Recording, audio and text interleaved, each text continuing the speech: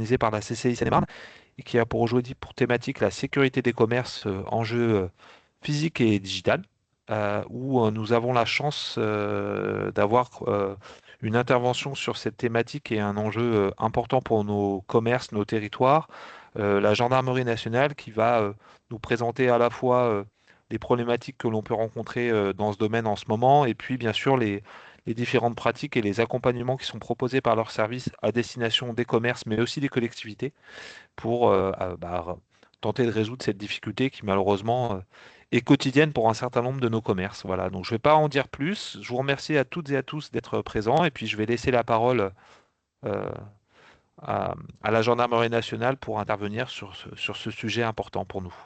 Merci. Bien, merci Monsieur Fourneron. Donc on va se présenter tous les quatre assez rapidement avant de faire le lancement.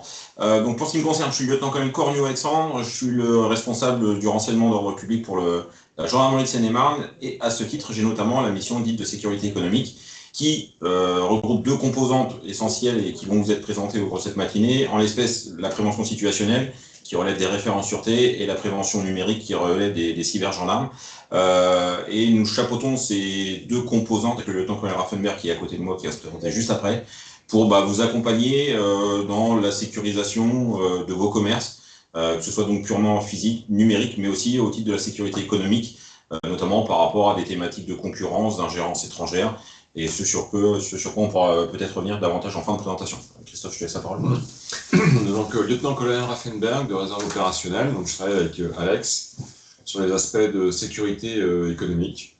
Donc on a une activité d'aide, de soutien, d'accompagnement des entreprises sur ces sujets de sécurité économique dans les zones qui sont les zones dévolues à la gendarmerie. Donc on est à disposition des entreprises pour venir vous rencontrer, vous visiter, et travailler avec vous sur des problèmes de captation de l'information, d'ingérence dans les activités de l'entreprise, de protection de vos informations, de votre savoir-faire, qui sont les sujets de sécurité économique tels que nous les traitons. Et puis après, je vais laisser mes collègues qui vont vous présenter, eux, l'aspect plus opérationnel et physique. Maréchal de logis-chef Maxime Berland, référent sûreté au groupement de gendarmerie de Seine-et-Marne.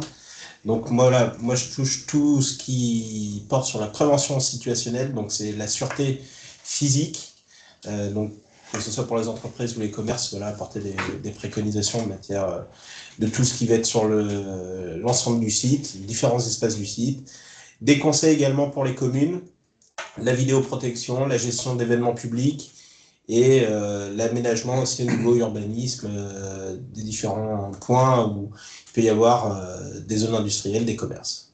Et également tout ce qui va être établissement scolaire et bien d'autres domaines. Bonjour à tous, l'adjudant-chef Gauthier Alban. Alors moi je suis spécialiste informatique au sein de la gendarmerie, donc on reste opérationnel. Notre métier principal c'est le soutien à tous les gendarmes du département pour tous les sujets numériques. Donc informatique, réseau, télécom, radio, et le tout venant, ce que j'appelle caméra piéton, imprimante, etc.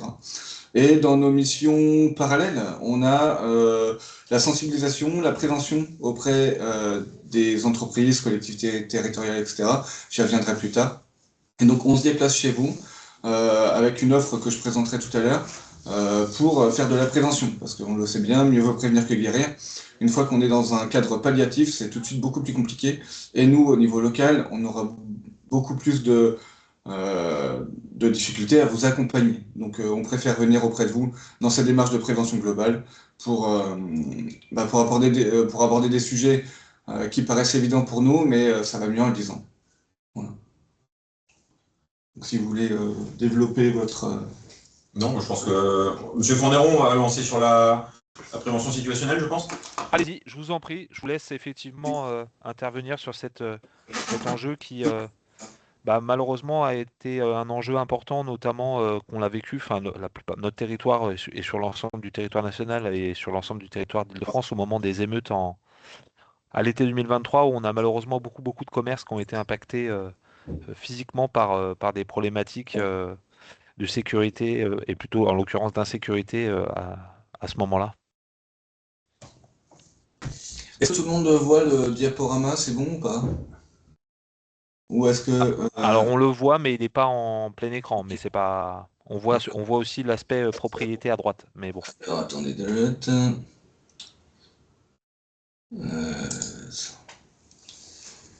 Ça, on le fait pas souvent, ça. Hein. Donc, partager.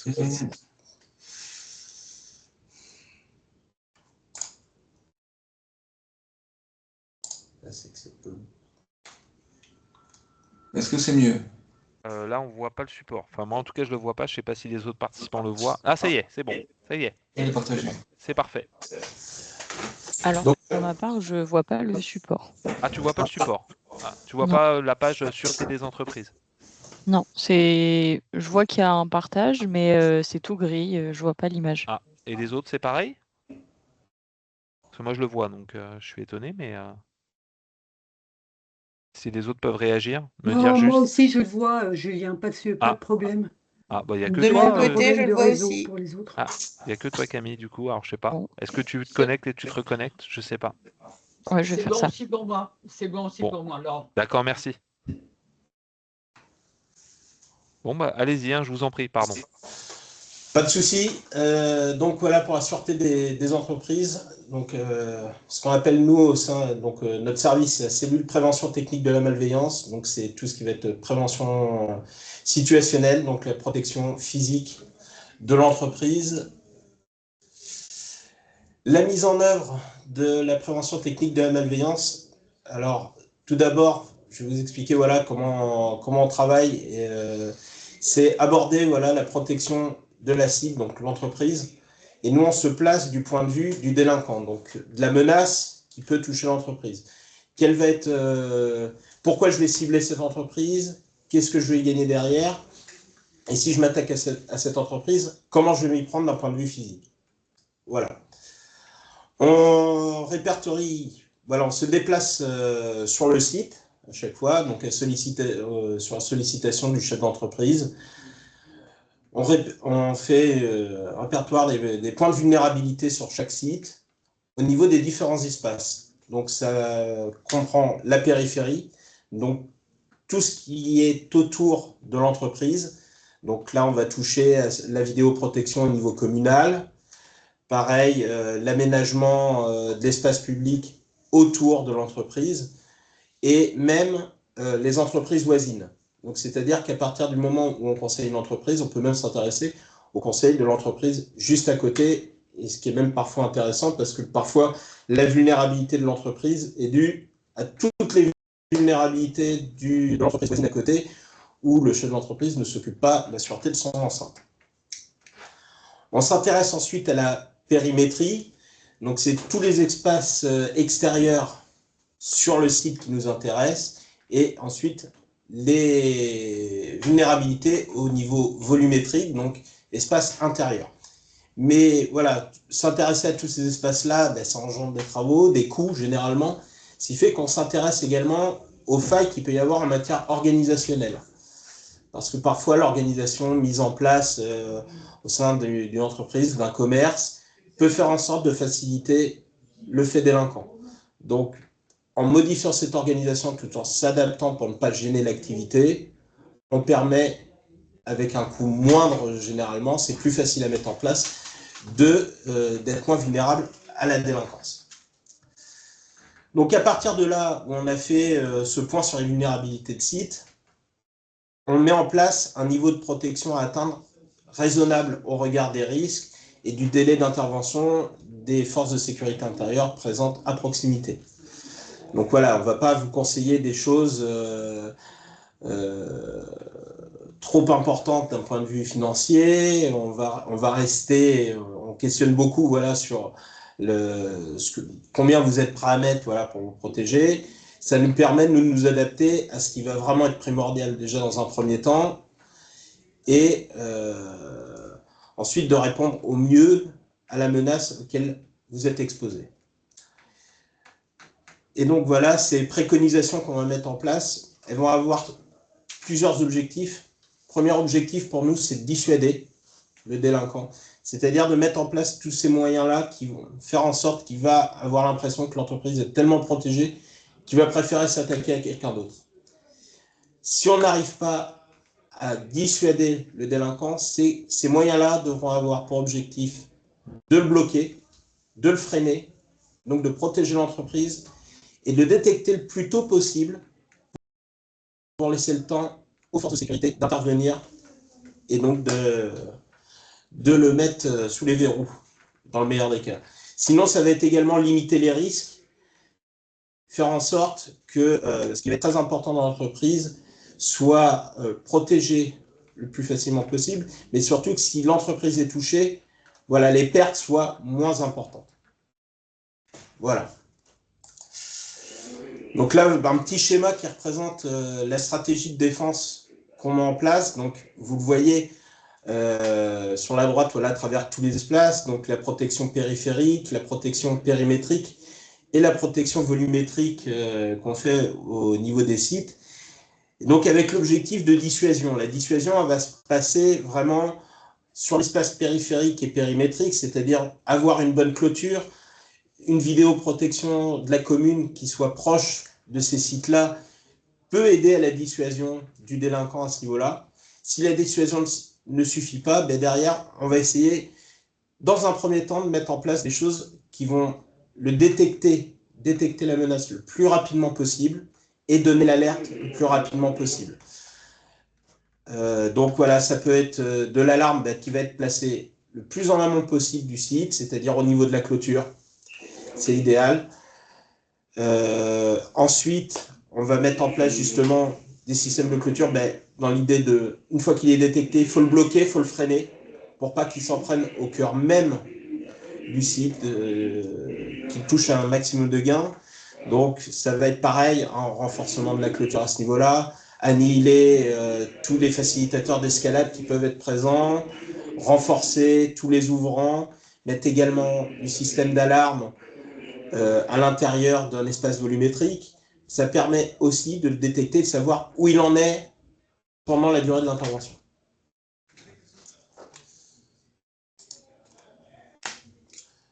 La question qui va vous intéresser, donc du coup, c'est que je vous donne un maximum d'éléments pour protéger votre entreprise. Alors, il faut déjà savoir une chose, c'est que voilà, nous, on est là, force de l'ordre, pour intervenir, pour les protéger, votre entreprise, mais déjà, il faut partir de ce principe-là.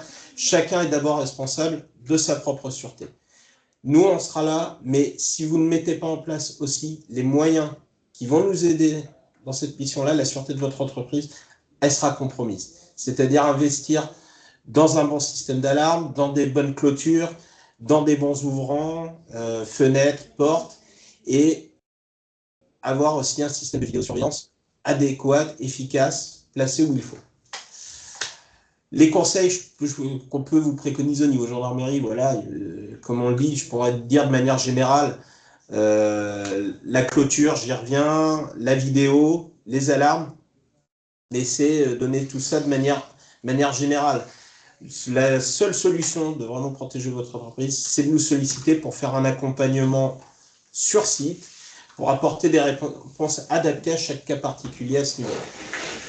Donc, pour nous solliciter et solliciter une étude de sûreté de votre entreprise ou de vos commerces, il n'y a rien de plus simple. On a du personnel pour ça. Tout dépend de la taille de l'entreprise ou du commerce.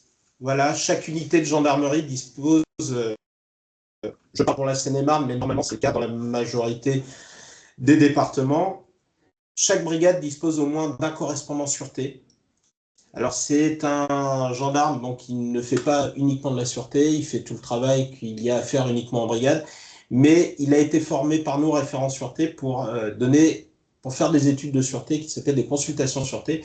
Donc c'est des études de premier niveau en matière de sûreté pour des petits commerces de proximité, des petites entreprises qui n'ont pas une emprise importante. Donc voilà, vous pouvez les solliciter auprès des brigades de gendarmerie dont vous dépendez. Il faut savoir que voilà, au sein même, nos amis policiers ont également des correspondants sûreté. Même chose, voilà, pour superviser le travail des correspondants sûreté, il y a nous, les référents sûreté. Il y en a au moins un dans chaque groupement de gendarmerie départementale. Nous, on a de la chance en Seine-et-Marne, nous sommes 3 en cellule, plus un 4e qui a été formé sur le secteur de Coulommiers. Donc voilà, donc nous, on va intervenir sur des études de sites sensibles ou sur des sites dont l'emprise est plus importante. Et le travail qu'on fait en plus, c'est que voilà, pour les communes, nous les accompagnons également pour leur faire des diagnostics de vidéoprotection, c'est-à-dire une commune souhaite mettre en place un système de vidéoprotection de sa commune. Elle nous saisit et nous l'accompagnons pour lui préconiser des points de vidéoprotection adaptés à minima en entrée et sortie de commune et sur les points sensibles de la commune. Ça permet derrière à ce niveau-là, quand on accompagne ce suivi, que on reste en contact avec la commune pour les accompagner sur toutes les étapes du dossier, à savoir avoir l'arrêté de vidéoprotection auprès de la préfecture et également les demandes de subventions qu'il peut y avoir. Pour les entreprises, voilà, donc ça peut aller de la simple consultation sûreté pour une petite entreprise à carrément un audit ou une évaluation. Donc c'est des documents un peu plus importants, tout dépend de la sensibilité de l'entreprise et de la taille. Mais voilà, comme je dis, la sûreté de votre entreprise, n'hésitez pas à nous solliciter, c'est comme ça qu'on pourra répondre à toutes vos questions, à toutes les problématiques en termes de vulnérabilité des entreprises. Voilà, c'est court, mais derrière, après, si vous avez des questions peut-être sur des cas un peu plus particuliers, en attendant, voilà, pour ceux que ça intéresse, vous avez nos coordonnées pour les référents sûreté en Seine-et-Marne. Donc, nous avons 2 antennes, une antenne au niveau de Melun pour nous occuper du secteur autour de Melun, Fontainebleau et Provins, et une autre référent sûreté dont l'antenne est située à Meaux, et qui s'occupe du secteur Meaux et Coulommiers, avec bien évidemment notre 4e référent sûreté qui est, lui, basé à Coulommiers. Voilà, et l'adresse mail de notre service, je vous laisse le temps de noter si vous voulez. Voilà, nous envoyer un mail, on répondra toujours à vos sollicitations si on peut amener quelque Je chose. vous laisserai m'envoyer le support, comme ça je le Pas de transmettrai souci. bien naturellement aux participants. Moi alors je vais laisser bien sûr les autres participants. Moi j'avais juste une question. On est bien d'accord que l'ensemble des accompagnements, que ce soit euh, de diagnostic quant à la vulnérabilité d'un commerce ou d'une entreprise ou d'audit un peu plus conséquente, tout ça c'est totalement gratuit pour le dirigeant, Totalement. d'accord? Et en termes de temporalité par rapport à la réalisation du travail d'identification, on va dire, des risques et c'est quoi? Vous vous déplacez dans le commerce et c'est quoi? C'est une demi-journée? C'est une heure? C'est en termes de temporalité par rapport à la réalisation? Enfin, après, ça dépend, je suppose, de la grandeur du commerce ou du lieu d'implantation de l'entreprise, mais en général, Tout à fait, c'est variable en fonction de la taille du site. d'accord? On peut avoir des sites où déjà, en fonction aussi du niveau de sûreté qu'on remarque, ça peut aller très vite. En fonction de la taille du site, c'est des éléments qui fluctuent. Voilà, le temps qu'on peut passer sur place. Faut au moins, sur une entreprise, de manière normale, une bonne demi-journée, c'est déjà le minimum pour nous sur place. Ça nous D'accord. permet de poser toutes les questions, de voir un maximum aussi de personnes au sein de l'entreprise, de comprendre le fonctionnement de l'entreprise. Après, voilà, pour le délai avec lequel on remet le rapport, c'est fluctuant aussi en fonction des autres demandes qu'on a et du travail à réaliser déjà sur le site qu'on accompagne. Et aujourd'hui, si vous pouviez donner, alors pas forcément une statistique, mais sur un volume de commerce en particulier qui serait susceptible de vous solliciter pour ce type de diagnostic par rapport à l'état de sûreté de leur local commercial, ou vous avez beaucoup enfin vous avez des demandes, on va dire récurrentes, ou c'est aujourd'hui assez méconnu auprès des commerçants? Alors, c'est très méconnu à l'heure actuelle au niveau des D'accord. commerces et des entreprises. Ce qui aide, voilà, c'est notre réseau de correspondance sûreté qui sont au sein des unités. Donc, nous, déjà, on a un suivi au niveau des interventions. Quand on voit des commerces ou des entreprises qui ont été victimes de faits, que ce soit de dégradation, cambriolage ou des choses comme ça, on sollicite déjà notre correspondance sûreté pour prendre un premier contact.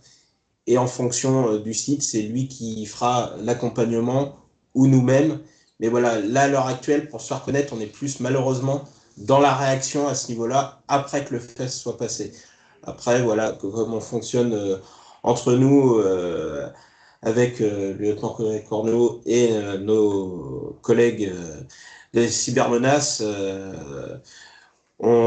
chacun va de son côté, arrive à avoir un contact avec l'entreprise et derrière, on met en relation voilà, pour avoir l'accompagnement au complet. D'accord. Mais voilà, c'est encore trop mince le nombre de gens qui nous sollicitent. Quand on voit derrière les difficultés au niveau des entreprises et des commerces, nous en France, s'il y a une chose qu'on remarque, c'est que la sensibilité à la sûreté n'est pas encore présente suffisamment au sein des entreprises et des commerces. Alors, moi, je vais faire un petit sondage auprès de nos collectivités et représentants des collectivités présents. Combien avaient connaissance de l'existence de ce dispositif, voilà, d'identification proposé aux commerçants des lacunes ou des failles par rapport à la sécurité de son commerce? Est-ce que vous aviez connaissance de cet accompagnement proposé, que ce soit du coup par le groupement de gendarmerie départementale de Seine-et-Marne ou par la direction interdépartementale de la police nationale de Seine-et-Marne, là encore? Est-ce que vous aviez vous connaissiez l'existence de ce type de dispositif? Madame Greza, je vous en prie. Alors oui, comment dire, on en a la connaissance. Nous, Mitry, comment dire, ces zones police nationale, et on est couvert au niveau municipal par la police interco. Il est vrai que ça fait longtemps qu'avec Camille Saillant-Gomez, qui est ma chef de service, qui va revenir après un long congé maladie dans les jours prochains, donc on sera heureuse de le C'est une bonne réaccueillir, nouvelle. Julien, nous tous, hein. Oui, Et donc, on ne le mobilise pas assez souvent.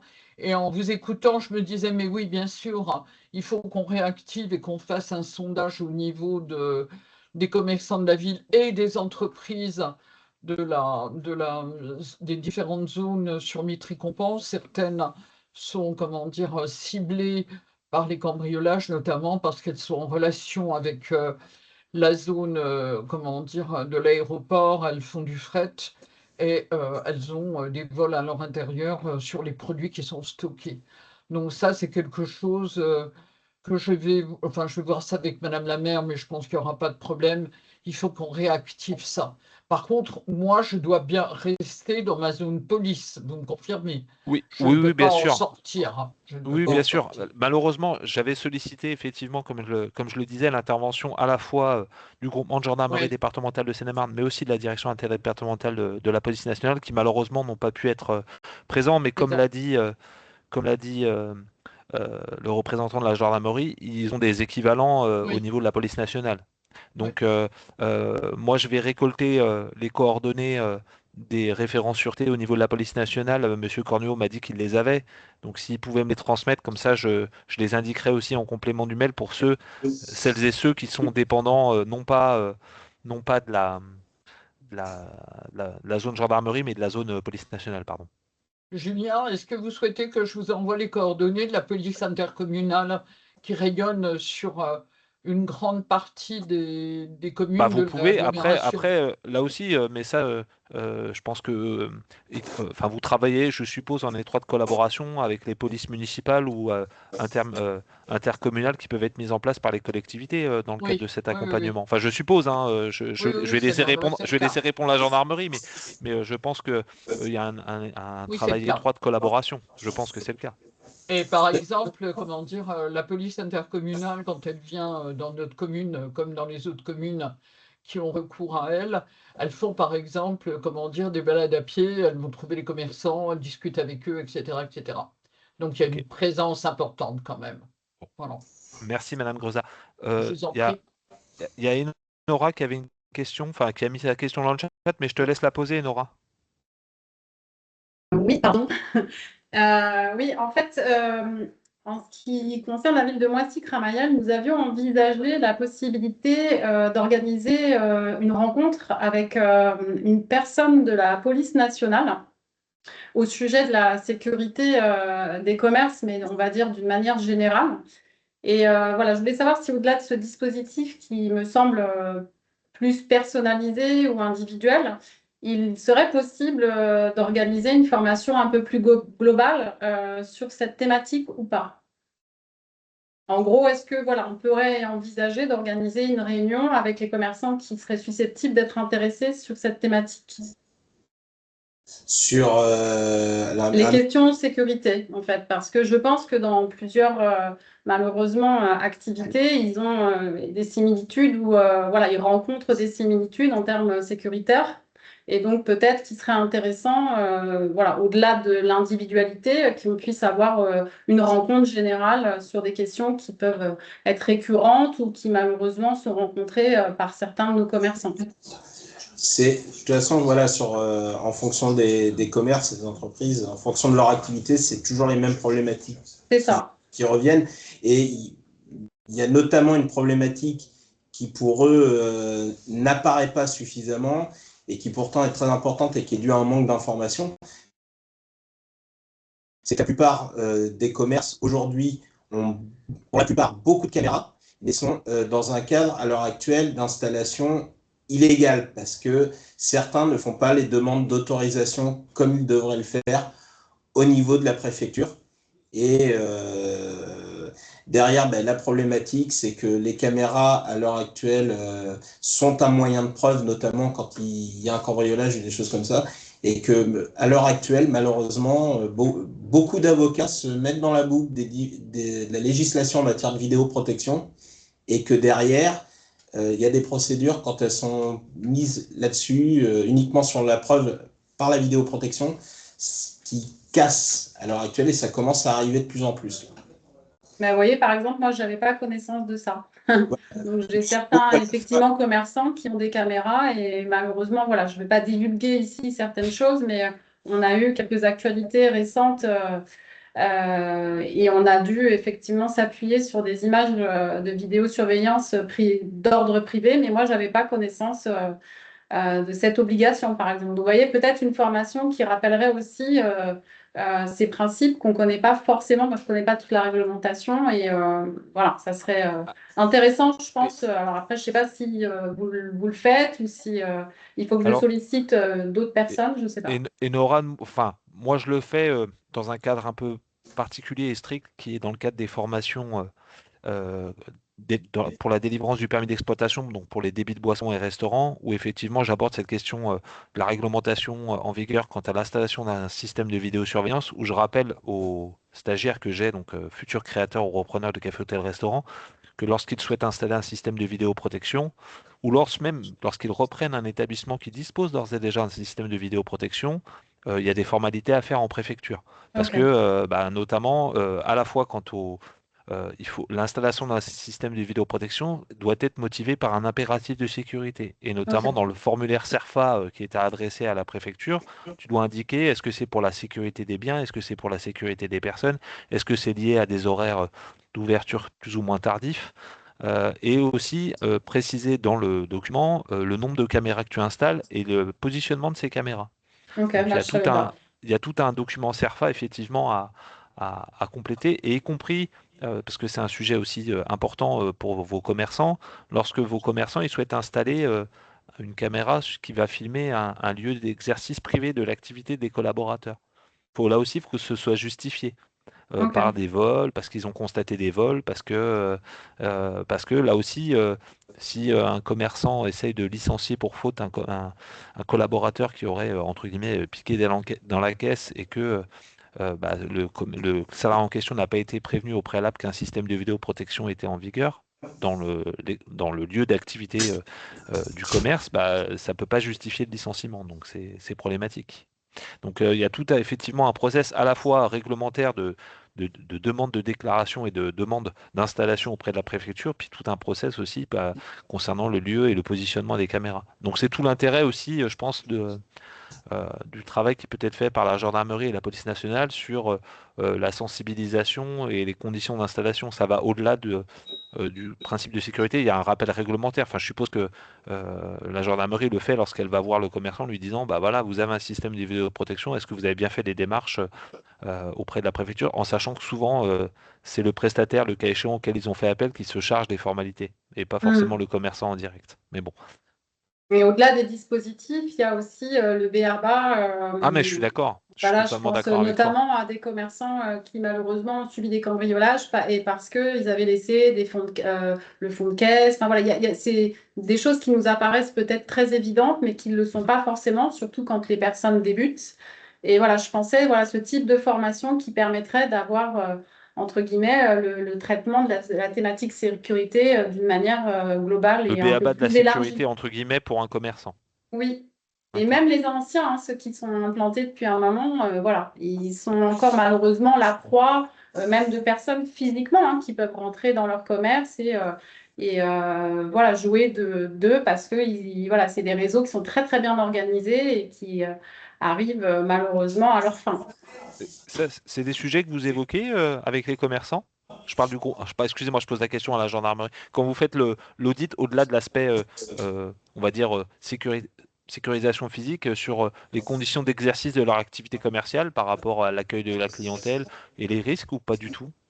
Tout à fait, parce qu'on a besoin de savoir comment fonctionne le commerce et comment D'accord. fonctionne l'entreprise, le nombre de personnel qu'il y a au sein de l'entreprise, qui a accès à telle ou telle partie du magasin, qui s'occupe d'amener les fonds de caisse à la banque, D'accord. voilà, tout ce genre de choses. On essaie vraiment de savoir au maximum comment fonctionne le commerce ou l'entreprise, parce que, comme on dit, là où, sur les préconisations qu'on va donner, celles qui vont marcher le plus, du moins retenir l'attention de la personne qui nous sollicite, c'est celles qui sont à moindre coût, donc l'organisationnel. Et quand on peut apporter des réponses en matière organisationnelle à ce niveau-là, on a aussi plus l'attention de notre demandeur. Et donc après, derrière, on peut lui faire entendre les protections qu'il a besoin de rajouter à ce niveau-là. Mais il y a toujours un maximum de choses au niveau organisationnel, comme voilà, mettre en place la procédure voilà, pour légaliser son système de vidéoprotection, la gestion de ses livraisons et des choses comme ça. Ok. Est-ce qu'il y a d'autres questions? Est-ce qu'il y a d'autres personnes qui souhaitent poser des questions sur cette question de la sécurité physique des commerces et sur l'accompagnement qui peuvent être faits par la gendarmerie avec, je le répète, une similitude au niveau des effectifs de la police nationale hein, sur ce sujet, ou pas? Non, pas de réaction, pas de commentaires, pas de questions complémentaires à poser? Ok. Bah, je vais laisser du coup la parole sur le volet du coup sécurité et cybersécurité et sécurité digitale des commerces, parce que ça c'est tout aussi important pour nos entreprises et nos commerces, parce que les commerçants collectent de plus en plus de données sur leurs clients.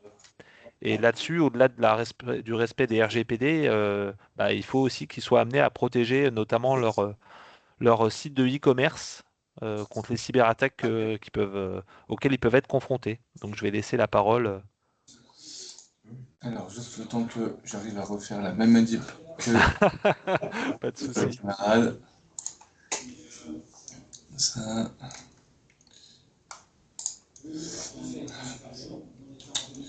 Comment j'ai fait? Parce que là, du coup, normalement, ça serait affiché. Ouais.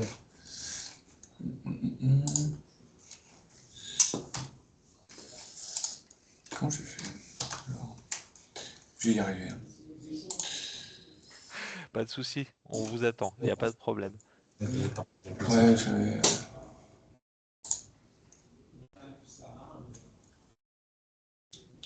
j'avais fait comme ça. Il y a peut-être un moyen plus rapide, mais ça. Alors on voit, mais c'est pareil, c'est pas en plein écran, mais Mais j'essaie de faire une pirouette. pas de souci.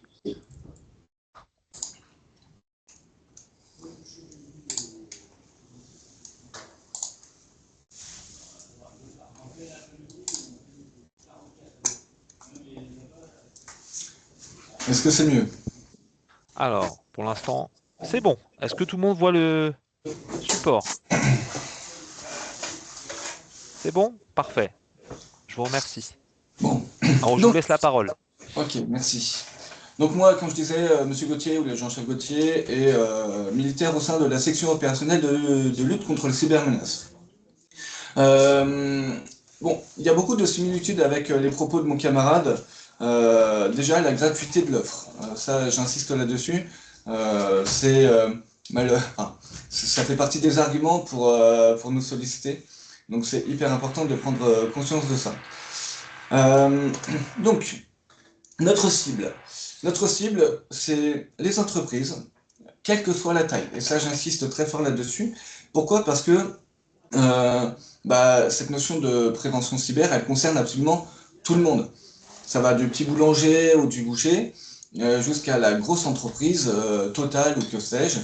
Bon, eux qui ont évidemment une structure en interne pour se protéger, mais justement, nous, les TPE et les PME, on voudrait pouvoir voir très large. Malheureusement, comme le disait le camarade, on ne nous connaît que trop peu, et souvent, plus le commerce est petit, moins ils se sentent concernés par notre offre, ou en tout cas, ils ne se sentent pas concernés en tant que cible. Alors que justement, une rupture d'activité pour un boulanger ou un commerce local, ça peut être vite dramatique pour l'entrepreneur lui-même et ses collaborateurs. On s'adresse évidemment aux collectivités territoriales, quelle que soit la forme, que ce soit les Comcom, les communes, enfin voilà, on s'adresse à ces structures également. On le fait dès qu'on peut, encore une fois. En tout cas, ça fonctionne plutôt bien. Le principe que j'expliquais avec la taille de commerce est le même pour la taille des collectivités. Une toute petite mairie va pas se sentir concernée et va se dire bof, c'est pas moi qu'on va chercher à attaquer, ce sera une mairie plus grande. Faux, hein, justement, plus la structure est petite, plus ça paraît facile d'attaquer. On essaye de viser les établissements de santé. Alors je vous sensibilise pour que vous alliez auprès des établissements de santé de vos secteurs, pour leur rappeler que nous, gendarmerie, on peut se déplacer auprès d'eux pour proposer l'offre que je présenterai juste après. Mais on a beaucoup de mal à les viser. Encore une fois, dans cette même logique de je me sens pas concerné. Ou alors, c'est parce que c'est des franchisés ou des sous-entités de boîtes beaucoup plus grosses qui ont déjà une DSI au sein de leur structure et qui se disent bon, ça sert à rien de faire venir la gendarmerie parce que j'ai déjà des gens dont c'est le métier.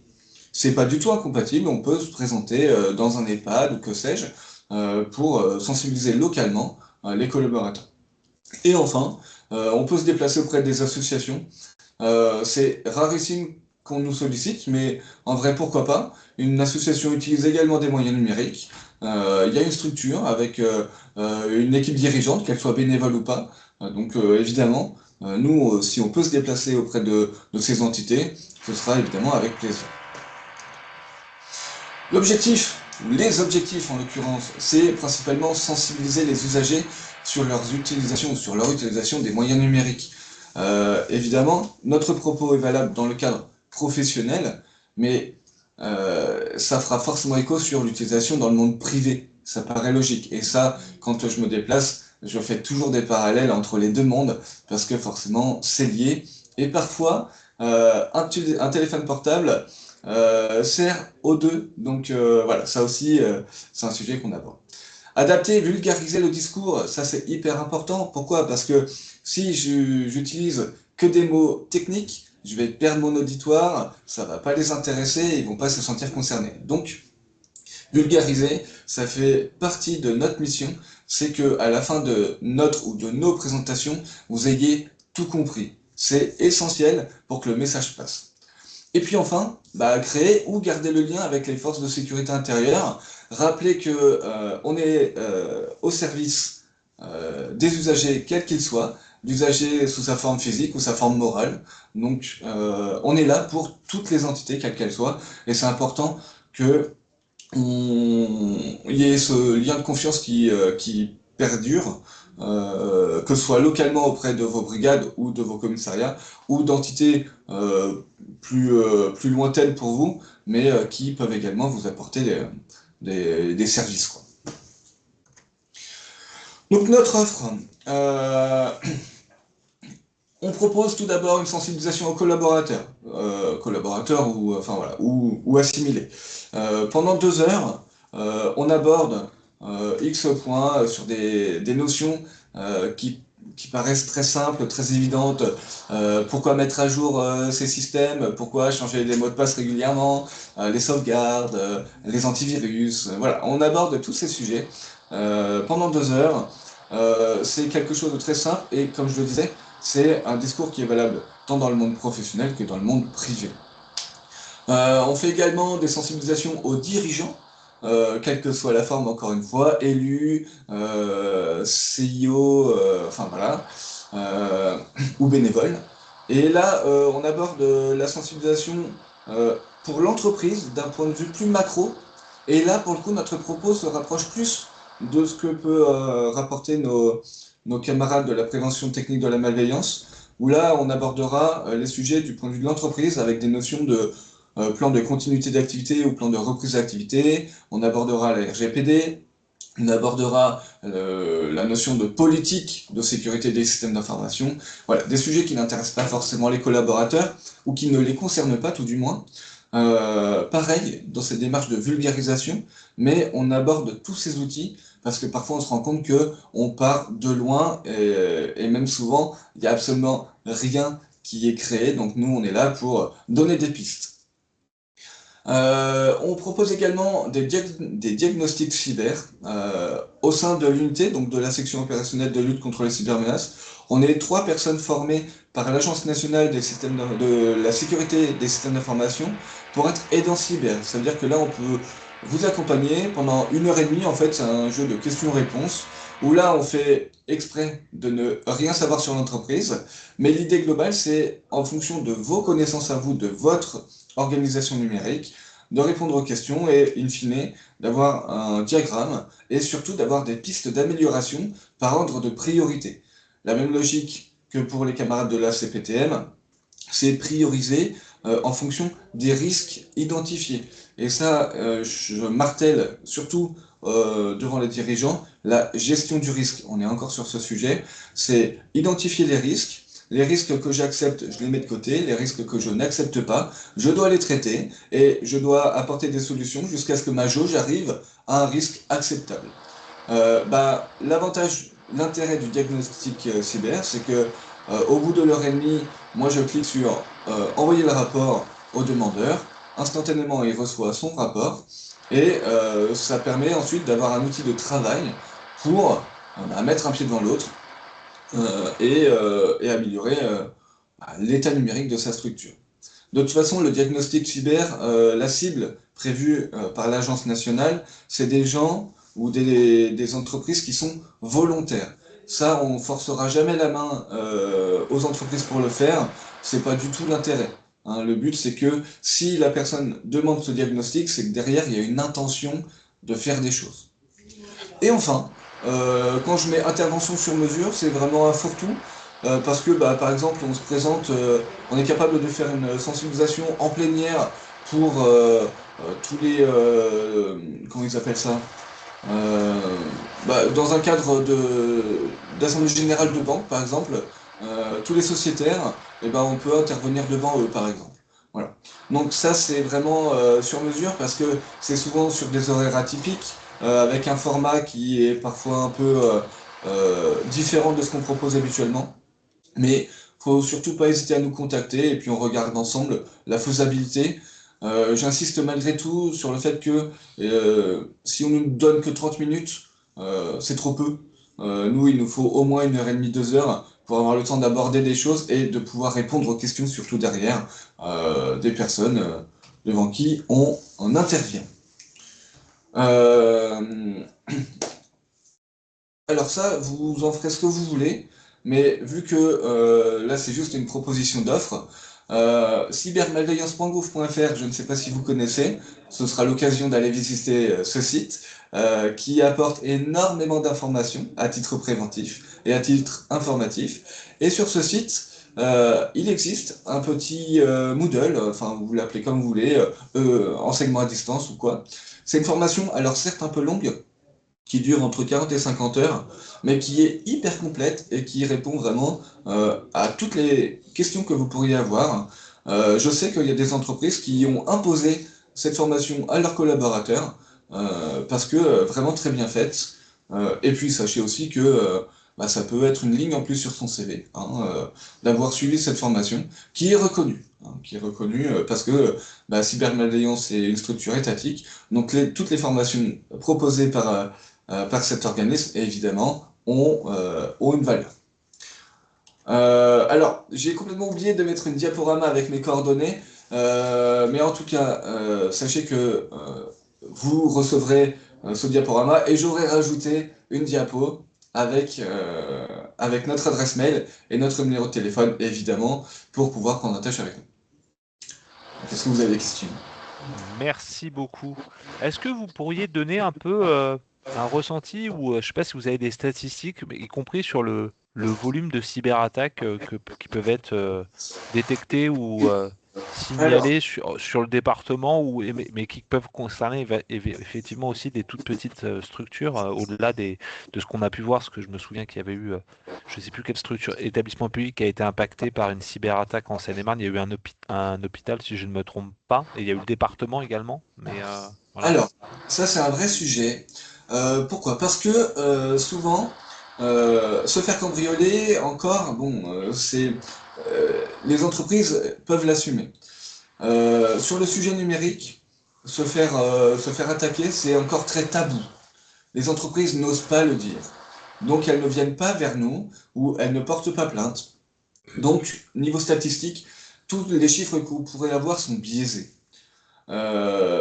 Nous, des informations qui nous remontent, c'est 1 à 2 attaques par semaine concernant tout ce qui est entreprise et collectivités territoriales. Mais on le sait que c'est beaucoup plus. Simplement, on ne vient pas nous le dire. Et puis, il y a cette question de réputation. On en a conscience. Mais après, il y a des obligations aussi, parce que si vous avez des données personnelles de votre clientèle ou de n'importe qui gérées au sein de la structure, vous avez normalement l'obligation d'aviser les personnes concernées qu'il y a eu une atteinte et que les données ont été volées. Bon, ça c'est un autre, c'est un sujet parmi tant d'autres, mais c'est aussi pour ça qu'on vient, c'est pour sensibiliser et ne plus rendre ce sujet tabou, parce que les gens, ça les intéresse pas, donc ils font pas, ou c'est une ligne coûteuse dans leur budget qui est mise au dernier rang, alors que si un jour il y a une attaque avec une rupture d'activité, c'est là qu'on se dit ah mince. Et généralement, les entreprises qui nous sollicitent, comme pour les camarades de la CPTN, c'est le mal a déjà été fait, et dans une démarche d'amélioration, on va se dire bon allez, pas deux, donc on va inviter la gendarmerie à venir dans nos locaux. Petite parenthèse, autant la police est présente en parallèle de la gendarmerie pour tous le volet prévention technique de la malveillance, autant malheureusement la police n'a pas le temps de gérer ce volet prévention numérique, donc on intervient également au secteur police. Alors, il y a un usage officieux qui prévoit que l'entité en secteur police sollicite la police, pas de réponse au bout de 8 semaines ou une réponse négative, et derrière nous on prévient nos camarades police qu'on interviendra sur leur secteur, histoire de ne pas froisser les institutions. Mais en tout cas on intervient en secteur police aussi. Mais donc pour la question initiale, j'ai pas vraiment de chiffres, parce que de toute façon, même si j'en donne, ils seront faux. Ouais, je vais rien ajouter concernant les infractions économiques et financières, ce qu'on appelle les EIEF. On estime que globalement, maintenant, on a dépassé le cap des 50% d'atteinte par le biais numérique. Voilà, donc une escroquerie sur 2, voire même plus, maintenant, sont faites très clairement par le milieu cyber. Merci beaucoup. Est-ce que les personnes des collectivités souhaitent réagir, intervenir? Est-ce que c'est des choses auxquelles vous aviez conscience que vos commerçants potentiellement pouvaient être concernés et impactés leur faire passer un message sur le fait qu'ils sont tout autant concernés par des problématiques physiques de la sécurité de leur activité commerciale, mais aussi par la nécessité de se protéger sur le plan sur le plan cyber et sur le plan digital, parce que de plus en plus de nos commerçants utilisent de manière globalisée euh, le cyber pour développer leur activité, hein, tout simplement, et du coup seraient amenés à potentiellement subir des attaques, notamment sur la récupération de données, comme l'a dit euh, euh, la gendarmerie, et que nécessairement il y aurait besoin de se sécuriser et d'être formé sur ces questions-là. Non, pas de réaction. Vous êtes... Alors, nous, concernant les collectivités locales, on a une attention toute particulière quand même pour les mairies, puisqu'il y a notamment la question de la gestion de l'état civil. Et on a eu des collectivités qui nous ont contactés. Alors, bon, l'état civil en soi, quand on voit que la NTS vient de se faire craquer, bon, on se dit OK. Notamment avec les échéances électorales qu'on a eues et qui auront lieu en début d'année 2027, c'est un service état civil qui est quand même extrêmement critique. Donc on a une attention toute particulière, donc on invite notamment les mairies à ne pas hésiter à se manifester pour savoir si, auprès notamment de nos cybergendarmes, savoir s'il y a des mesures de précaution à prendre ou pas. Alors, sachant que généralement ce qu'on dit, c'est que c'est davantage les fonctionnaires qui font tâche de secrétariat, qui peuvent être un peu la faille dans le dispositif, voilà, avec des habitudes prises, qui peuvent mettre en péril quand même la sécurité informatique de la collectivité. Ils ont l'obligation d'avoir un référent cyber, normalement, les collectivités aujourd'hui, y compris les établissements publics. Alors, oui, mais souvent le référent désigné volontaire, c'est la personne qui sait allumer un ordinateur, mais qui n'a malheureusement aucune connaissance. Évidemment, je le dis en rigolant, mais je ne suis pas du tout péjoratif dans mon propos, malheureusement, c'est une réalité. Donc oui, il y a toujours une personne désignée, soit volontaire, soit désignée volontaire, mais voilà, c'est un vrai sujet, hein, justement, cette partie numérique. C'est comme l'automobile, je compare souvent à ça. On n'est pas tous passionnés par les voitures, mais on sait tous où est le clignotant et on sait tous ouvrir le capot de notre voiture pour aller identifier où se trouve le liquide lave-glace. Ben, c'est un peu pareil chez nous. Dans le monde numérique, il faut avoir des bonnes pratiques. On roule à 130 sur l'autoroute, on sait qu'on se met un peu en danger, mais si je suis prudent, ben, je limite le risque. Et ben, là, c'est pareil. Il faut connaître un tout petit peu son outil numérique, et puis bah, pour naviguer dans ce monde-là, il faut avoir 2-3 notions de prudence, tout simplement. Et même ces gens qui sont ciblés comme étant référents n'ont même pas ces notions et n'ont aucun scrupule à laisser un mot de passe 1, 2, 3, 4 sur la station d'accueil des ordinateurs de la mairie. Mais c'est valable dans les entreprises aussi. Ou le post-it. Ah oui, les mots de passe collés sur le post-it posé sur le PC ou sur le... Oui, avec le mot de passe. Retirez-les dès maintenant dans vos structures, s'il vous plaît. Hein, avant qu'on arrive, le mot de passe, il est dans la tête ou dans un coffre-fort numérique. Mais c'est un sujet également qu'on aborde lors de nos présentations. D'accord. Est-ce qu'il y a des questions ou toujours pas? Il faut savoir que par exemple, on n'hésite pas à se déplacer avec les cybergendarmes sur tout ce qui est chambre, les chambres consulaires, mais aussi tout ce qui est ordre. On a notamment fait une intervention auprès de la Chambre des notaires de Seine-et-Marne. Alors là encore une fois, généralement, ce n'est pas le notaire S-qualité qui peut être la faille, c'est davantage son clerc ou les secrétaires de l'étude qui peuvent représenter une faille numérique, sachant qu'à l'instar des mairies qui gèrent l'état civil, les études de notaire gèrent ni plus ni moins que les hypothèques, le cadastre, en lien avec les municipalités. Donc là, la sensibilité, avec notamment une thématique de virement bancaire qui est particulièrement prégnante, mais ils ont un dispositif qui est très sécurisé. Mais quoi qu'il en soit, voilà, vu la sensibilité du domaine qu'ils gèrent, c'est pareil, on n'hésite plus à aller à leur contact maintenant et à faire de la rotate, comme on dit, pour que ça rentre sur les bonnes habitudes, au moins les moins mauvaises habitudes d'un point de vue numérique.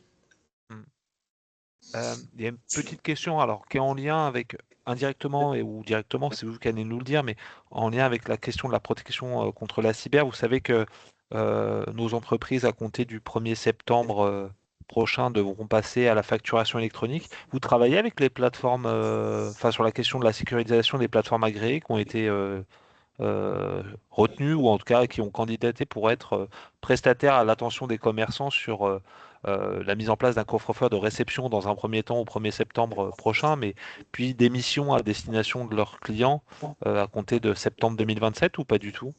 Alors, c'est un sujet, donc, puisqu'on partageait le codéfi la semaine dernière, M. Fourneron, donc oui, ça a été abordé la veille d'un point de vue comité de sécurité économique, puisque D'accord. Le secrétaire général adjoint, M. Étienne Petit, qui est chargé de projet en CECOP, nous fait animer un comité qui se réunit 5 à 6 fois par an sur la sécurité économique, alors, avec des services partenaires, donc qui travaillent notamment dans le milieu du renseignement. Donc c'est une thématique qu'on avait abordée la veille, notamment avec la DDFIP. Et l'ANSSI, notamment, a fait part de ses préoccupations sur ce sujet-là, sachant qu'actuellement, donc, c'est 114 plateformes agréées, 100% privées. Donc très clairement, encore une fois, je reprends l'exemple de la NTS. Si la NTS se fait craquer sur le point de vue de l'état civil, si demain c'est la DDFIP, la DGFIP qui se fait craquer avec les plateformes agréées d'émission et de facturation électronique, là peut y avoir un retentissement et ça peut déstabiliser, je pense, une bonne partie du monde occidental sur nos échanges bancaires quand même. Ouais, c'est pour ça, parce qu'en plus, au-delà de la complexité que ça peut générer je pense vraiment aux tout petits commerçants et aux micro-entrepreneurs qui déjà, comme on l'a dit lors du Codéfi, sont pas forcément au fait au fait qu'ils sont concernés par cette obligation d'avoir cette plateforme agréée dans un premier temps de réception des factures émises par leur, par leurs fournisseurs. Notamment, je pense aux gros fournisseurs, hein, Orange, par exemple Orange, je sais pas moi, leurs fournisseurs d'énergie également. Et du coup, sur la mise en place d'un outil à la fois sécurisant, mais aussi technico-pratique assez facile d'utilisation. Parce que c'est vrai que je sais pas ce que vous en avez pensé, Monsieur Cornuau, mais autant la présentation de l'outil Sage, je pense que pour nos, nos tout petits commerces, c'est pas du tout adapté. Autant l'autre, j'ai été un peu plus intéressé parce que ça paraissait assez technico-pratique et assez didactique quant à l'utilisation. Mais bon, après, il y a effectivement cette question de la sécurisation de l'outil en quelque chose et de la plateforme en question. Mais bon. Ouais. C'est vrai que je rejoins, c'est vrai que la première était quand même assez complexe et puis ils vendent une suite complète. De toute façon, on voit quand même qu'il y a une intention mercantile derrière. Hein. Évidemment, Oui, complètement. Faut rester Mais bon. qu'on conçoit.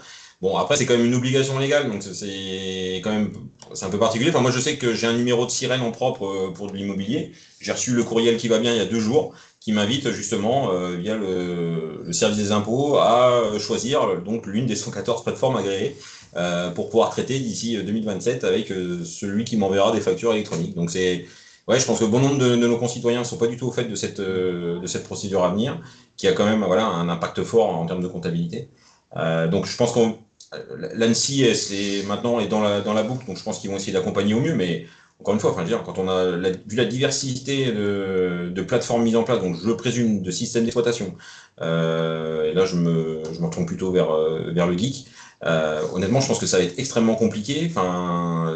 Une telle diffusion de pratiques, de modes opératoires. Puis j'ai envie de dire aussi le risque de cyberattaque de la part de plateformes, de sollicitation de certaines entreprises pour proposer leurs services aussi. Il faut vérifier que l'entreprise soit bien une plateforme agréée. Enfin voilà, c'est toujours pareil. Parce que là aussi, hein, on reçoit de façon générale, que ce soit en tant que particulier ou en tant qu'entreprise, des mails malveillants qui seraient susceptibles de générer pas mal de difficultés, que ce soit à titre personnel ou pour une entreprise ou un commerce. Hein. Enfin, je pense que certaines entreprises risquent de recevoir des factures dites vérolées. Oui, c'est certain. Donc, le risque va augmenter considérablement. Oui. Mais d'où l'intérêt d'anticiper et que tout le monde ait un peu la notion avant de sensibilisation et d'être prudent, justement. Et sur ces questions-là, vous êtes susceptible de faire, par exemple, un atelier un peu à titre collectif pour, je sais pas, pour une association de commerçants ou pour un groupement de commerçants, ou d'évoquer le sujet de la cybersécurité au-delà de l'accompagnement individuel, comme l'a souligné Enora pour le volet sécurisation physique et bonne pratique. Est-ce qu'on peut avoir le même type d'atelier pour des commerçants à l'échelle d'une association de commerçants d'une commune ou d'un pôle commercial, ou pas du tout? Tout à fait, on l'a même déjà fait et on est même preneur de ce genre de format parce qu'on augmente le champ des cibles et puis en termes organisationnels, c'est aussi plus simple. Donc oui, tout à fait, avec grand plaisir. Généralement, on propose notre formule de sensibilisation aux collaborateurs dans ce cadre-là. Mais évidemment, comme j'ai dit, on est ouvert à la discussion, donc on peut aussi s'adapter. Et puis dans les structures, on peut passer la journée avec vous, avec le matin sensibilisation aux collaborateurs, l'après-midi sensibilisation aux équipes dirigeantes, et puis finir avec un diagnostic cyber. Nous, on est disponible évidemment pour ça, jusqu'à l'autre bout du département. Hein. Il y a pas plus tard qu'il y a 2 semaines, on était à Bray-sur-Seine, alors que nous, on est basé à Melun. On traverse le département sans aucun problème. C'est même avec plaisir qu'on fait ça, parce que justement, le département étant très grand, on est obligé d'être disponible. Mais il n'y a absolument aucun frein. Ouais, on est vraiment prêt à faire cet effort, comme le disait Alban, de se déplacer. Enfin, de toute façon, on sait que, déjà vu la superficie du département, la Seine-et-Marne, c'est moitié de l'Île-de-France. Donc on est conscient qu'on doit aller au contact. Ça, c'est un investissement qui paiera sur le long terme. Voilà, autant d'entrepreneurs et de collectivités qu'on aura sensibilisés, que ce soit en prévention situationnelle ou en sécurité cyber, c'est autant de dépôts de plainte qu'on ne reprendra pas dans nos unités. Et surtout, voilà, ce sont des secteurs d'activité qui seront préservés. Donc voilà, c'est un temps qu'on est prêt à consacrer à. C'est de l'investissement sur long terme et globalement, ça protège aussi l'outil économique national. On n'est pas là pour faire du franco-français, mais quoi qu'il en soit, on parle quand même de résilience, on parle de souveraineté. Bon, faut quand même pousser le curseur dans cette dimension-là maintenant. Ok. En tout cas, je vous remercie pour vos interventions. Est-ce qu'il y aurait toujours pas de questions? Vous êtes au fait de ces sujets-là ou pas du tout? Bon, bah écoutez, je vais profiter pour remercier Monsieur Cornuau, Monsieur Gauthier et Monsieur Berland pour leur intervention sur cet enjeu important pour nos territoires et nos commerces qu'est la sécurité au sens large, physique et digital des activités commerciales. Comme l'a indiqué, j'attendrai que vous m'envoyiez vos supports, donc en ayant rajouté votre adresse, votre adresse mail afin que je puisse le faire passer à la fois à nos participants et à ceux qui se sont inscrits mais qui malheureusement n'ont pas pu se connecter, parce que j'ai reçu des mails m'indiquant d'une indisponibilité de dernière minute. Et puis pour indiquer aux membres et aux participants réguliers à nos rendez-vous des managers du commerce que le prochain rendez-vous des managers du commerce local aura lieu le 26 mai prochain et qu'il aura pour thématique la question de la maîtrise du droit de préemption commerciale, puisque c'est un sujet important pour nos territoires et pour nos commerces, là encore. Et sachant que cette thématique et ce sujet a connu quelques évolutions réglementaires récentes, et donc on aura une intervention de la responsable du développement économique de la CCI Paris-Île-de-France, Madame Moreno, qui est experte sur ce sujet. Voilà. En tout cas, je vous remercie. Je vous souhaite à toutes et à tous une très belle journée. Et puis, écoutez, encore merci pour votre intervention je reste à votre disposition, que ce soit la gendarmerie ou les participants à l'atelier, pour toute question ou élément complémentaire. Voilà. Merci beaucoup. Merci beaucoup. Très bonne journée à tous Merci, et à toutes. Au revoir.